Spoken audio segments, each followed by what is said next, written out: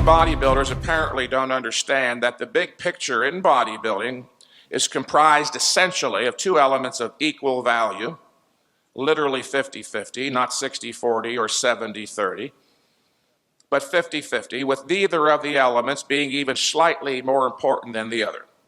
The first element, of course, there's no gainsaying it, is the actual workout itself. And the second element, the other 50%, just as important, is the rest period between workouts. And here's why. The workout, you must understand, audience, doesn't actually produce muscular growth. Remember, the workout is a stimulus.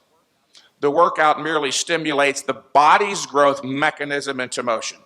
It is the body itself that produces the growth, but only if left undisturbed by further exercise stress during a sufficient rest period.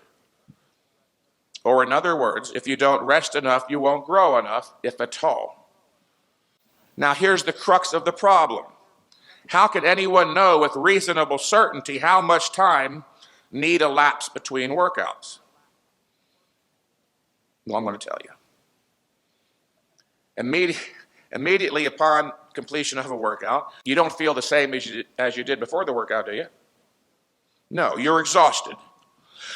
In addition to the personal experience or the subjective sense of feeling fatigued, you're also exhausted in the technical sense, in that a considerable portion of your body's resources or recovery ability was used to fuel the workout.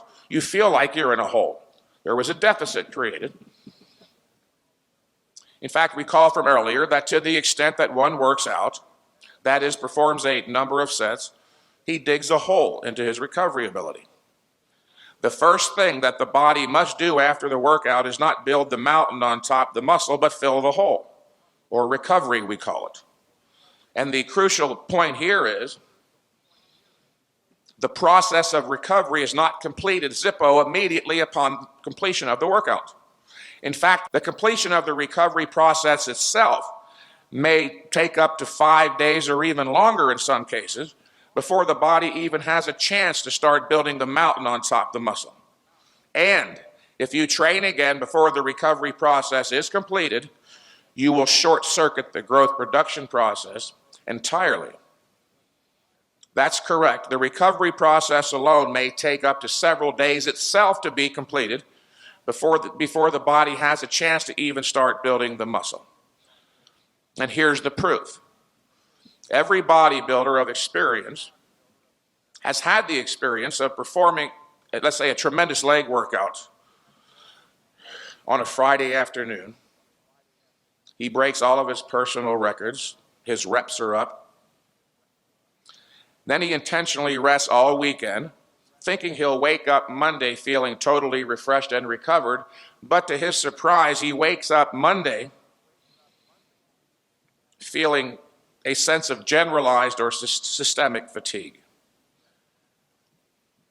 One of the chief sources of confusion on the issue of frequency is that bodybuilders don't realize that exercise, in addition to having a localized effect on the muscle being worked, also has a systemic effect. Remember, you have to rest long enough between workouts, not just for localized recovery, which actually takes place fairly quickly, even within less than hours. You must also allow enough time between workouts to allow for systemic recovery, which can take weeks, depending upon the type of training you're engaged in. Audience, if you now recognize that the rest between workouts is just as important as the workout itself, do you see where it stands to reason that there must be a perfect or optimum number of days of rest? I have learned through vast experience as a trainer that for most people, training once every 7 to 21 days is literally almost miraculous compared to any other frequency.